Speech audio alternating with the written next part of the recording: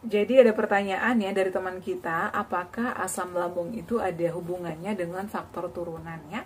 Jadi sini aku bakal sharing lagi berdasarkan pengalaman dan aku pernah tanyakan ini ke dokter aku pada saat itu. Kemudian ada keluhan yang sering ngap, sesak ya. Aku memberikan beberapa tips karena aku juga pernah ngalamin ini pada saat itu. Pastikan kalian nonton videonya sampai selesai, bantu aku subscribe, like, comment, dan share.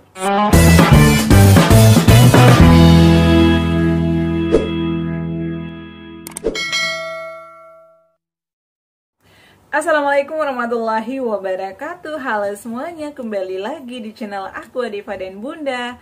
Apa kabarnya teman-teman? Semoga semuanya sehat selalu ya. Nah teman-teman, aku tuh capek banget tadi pulang kerja. Jadi aku tuh setiap hari menjadwalkan harus olahraga rutin ya, karena aku tuh nggak mau terjadi hal-hal yang tidak diinginkan lagi kayak dulu ya. Karena jujur ya, aku tuh dulu jarang olahraga, tapi alhamdulillahnya setelah sembuh dari GERD ya, dari asam lambung, aku fokus lagi ya untuk tetap menerapkan pola hidup sehat, olahraga, kemudian makanan aku juga diperhatikan ya. Jadi aku tuh setiap hari wajib banget makan buah, entah itu buah melon, pepaya, kemudian biasanya juga aku beli kelengkeng. Selain itu juga aku tuh selalu minum jus ya. Nah, dan jus yang paling aku suka itu adalah jus jambu merah ya, jambu biji merah. Itu menurut aku bagus banget ya, kandungannya juga ada, bagus untuk lambung, mengandung antioksidan, ada kandungan vitamin A, vitamin B, dan masih banyak yang lain juga.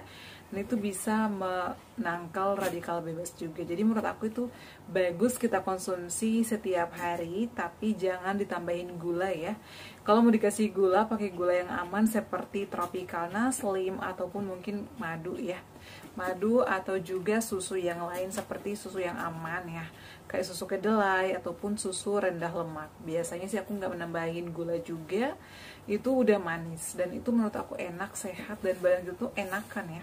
Apalagi kalau misalnya rutinin olahraga setiap hari, itu benar-benar badan kita tuh terjaga banget ya, tidurnya nyenyak, makannya enak, dan aktivitas kita pasti semangat, jadi nggak ngantuk-ngantuk lagi. Jadi buat kalian nih, saran aku meskipun saat ini udah sembuh, tapi teruslah terapkan 3P nya ya. 3P ini bukan yang nggak boleh makan kayak goreng-gorengan, boleh, tapi jangan berlebihan agar nggak sering kambuh, dan juga sering kontrol pikiran, lakukan meditasi dan juga yoga ya. Selain itu juga sering-sering lakukan pernafasan diafragma kalau kalian yang masih ngap atau masih sesak ya. Nah teman-teman, di video kali ini aku udah siapin handphone ya, karena banyak yang nanya, makanya aku langsung balas lagi ya. Aku jawab lagi melalui pertanyaan kalian ya. Nah, mau tanya Bun, asam lambung itu emang sakit turunan? Karena ada ya, ini dari teman kita namanya Abigail Henti. Ada turunan, orang tuanya dan juga anggota keluarga lainnya mengalami penyakit yang sama. Apakah asam lambung ini turunan? Menurut saya bukan turunan ya. Jadi asam lambung ini pure dari pribadi masing-masing orang ya. Kenapa? Ini tergantung dari pola hidupnya, dari pola pikirnya, dari pola makannya. Jadi sebenarnya itu dari kebiasaan sehari-hari kita. Kita itu udah mengontrol pola makan, mengontrol pikiran. Jadi semuanya itu ada sebab akibat, teman-teman. Jadi kalau misalnya di keluarga kalian ada yang kena asam lambung, ya belum tentu si A. Ini menurut aku ya, karena di keluarga aku itu ya, alhamdulillahnya hanya ada beberapa orang yang kena asam lambung. Tapi memang itu dari kitanya sendiri, tadinya itu ya sering telat makan, suka menunda waktu makan, kecapean, kemudian selain itu juga sering begadang, dan mungkin ada beberapa dari faktor makanan. Jadi menurut aku itu nggak ada hubungannya dengan turunan asam lambung ya. Kecuali ini berbeda dengan kayak penyakit hipertensi, itu bisa dari turunan karena ada aliran darah ya. Seperti gula itu bisa turunan. Tapi kalau misalnya asam lambung itu nggak ada ya, aku juga belum pernah dengar sih kalau ini ada riwayat turunan nih ya, dari kakeknya misalnya kena asam lambung sampai anak cucunya juga kena. Itu sih belum pernah aku dengar, dan menurut aku itu nggak mungkin ya, bukannya nggak mungkin ya, bisa aja kalau misalnya pola hidup kalian ya berantakan, jadi bisa dalam anggota keluarga kita itu bisa aja terkena, ada beberapa orang. Jadi menurut aku sih tergantung dari pola hidup kita ya, pola hidup di keluarga kita juga. Jadi teman-teman, kalau misalnya anggota keluarga lainnya udah kena asam lambung, tapi kalian belum kena, ya harus jaga dari pola makannya, pola pikirnya, pola hidupnya ya. Jadi harus terapkan 3P-nya. Jadi asam lambung ini mengajarkan kita untuk hidup lebih disiplin ya, dari segi makannya, tidurnya, pikirannya, olahraganya, semuanya itu harus disiplin agar kita tidak terkena asam lambung. Jadi asam lambung ini kata dokter itu tergantung dari manusianya teman-teman ya. Semoga Abigail Henty nonton video ini. Jadi menurut aku seperti itu ya. Tapi kalau misalnya pengen ditanyain ke dokter, boleh. Silakan konsultasikan ke dokter apakah ada hubungannya dengan turunan. Tapi menurut aku pribadi enggak ada ya. Nah kemudian ini ada Saputra Hasan ya. Ada pertanyaan juga, ada Saputra Hasan. Bun, kalau saya keluhannya suka sesak, naik asam lambung, obatnya apa? Jadi ini sering dialami oleh pejuang asam lambung termasuk aku ya. Dan saat ini ada teman kerja aku, dia itu habis dirawat kemarin, keluhannya juga asam lambung ya. Padahal tadi itu dia sering banget bawa makan dari rumah, makannya terkontrol.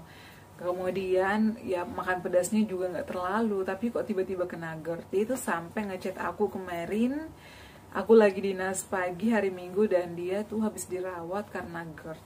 Dia nanya sensasinya kayak gini-gini, itu GERD nggak sih? Dan aku nanya keluhannya apa, ternyata dia juga sesak ya. Jadi sebenarnya asam lambung itu bukan saja dari pola makan, bukan saja dari waktu makannya yang sering telat, tapi dari faktor pikiran ya.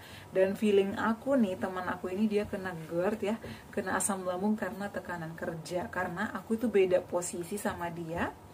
Jadi itu bisa jadi ya, beda posisi, dan aku tahu posisinya dia tanggung jawabnya besar, tekanan kiri kanan, makanya mungkin dia nggak kuat ya, atau mungkin capek ngebatin atau gimana, pasti ngalamin, makanya dia kena GERD. Jadi saran aku, kita nggak boleh capek, harus bisa mengontrol pikiran, nggak boleh terlalu berlarut-larut dengan keadaan, misalnya aduh aku bete banget nih sama si ini, jadi nggak boleh ya. Nah jadi teman-teman, kalau misalnya kalian udah ngalamin kayak sesak atau ngap, cara yang harus kalian lakukan pertama itu adalah tetap terapkan 3P-nya, pola makannya, pola pikirnya, pola tidurnya, istirahatnya dikontrol.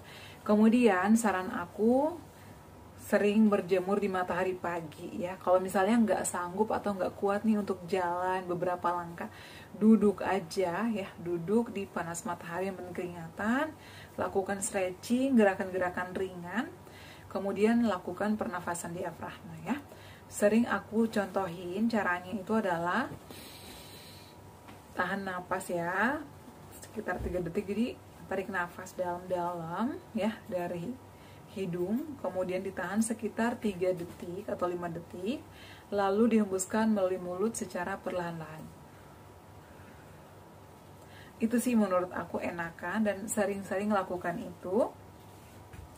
Kemudian istirahatnya yang cukup. Kalau mau konsumsi obat, saran aku sesuai resep dokter ya. Jadi jangan asal konsumsi. Kalau mau konsumsi herbal, aku sih kemarin itu fokusnya ke madu zetsma. Kalau misalnya mau konsumsi kayak tepung Garut, ya kayak teman aku kemarin nanya, tepung Garutnya boleh nggak sih Bun?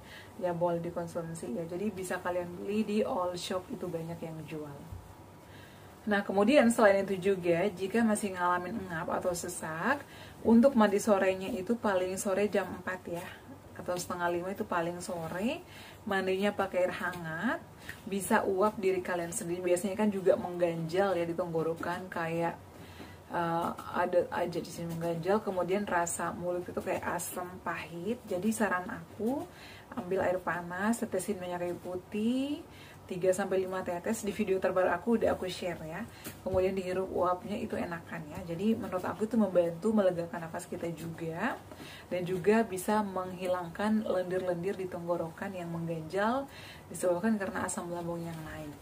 Kemudian pada saat setelah mandi, pakaiannya yang longgar-longgar, dan setelah itu tidurnya ya, tidurnya ditinggiin bantalnya, kalau bisa miring ke kiri. Sebelum tidur bisa lakukan relaksasi ataupun meditasi, itu bisa membuat kita lebih nyaman dan lebih enak pada saat tidur. Kemudian sering mungkin konsumsi air putih hangat ya, bisa dikasih madu atau dikasih jahe, itu juga bagus. Jadi seperti itu ya untuk saran aku kalau yang masih sering ngalamin itu dan rutinin olahraga juga ya teman-teman. Aku tuh rutin olahraga saat ini meskipun olahraga ringan, tapi menurut aku itu bisa membantu kita lebih pulih lebih cepat dari asam lambung dan bisa menjaga kesehatan kita untuk tetap stabil. Dan perhatikan juga pola makannya, tetap terapkan 3P-nya. Nggak boleh kecapean, istirahat yang cukup, dan jangan merokok. Hindari kayak makan-makan pantangan, gorengan, minyak, soda, cabai yang kecut-kecut ya. Kemudian hindari alkohol, ngerokok itu juga dihindari dan jangan begadang ya. Oke ya teman-teman, semoga bermanfaat video kali ini. Terima kasih yang udah bertanya. Dan buat kalian selanjutnya mau nanya apa lagi, silahkan komentar di bawah ini ya. Terima kasih yang selalu setia menonton video-video aku. Jangan lupa bantu aku subscribe, like, komen, dan share. Assalamualaikum warahmatullahi wabarakatuh. Sampai ketemu lagi di video-video aku selanjutnya. Bye.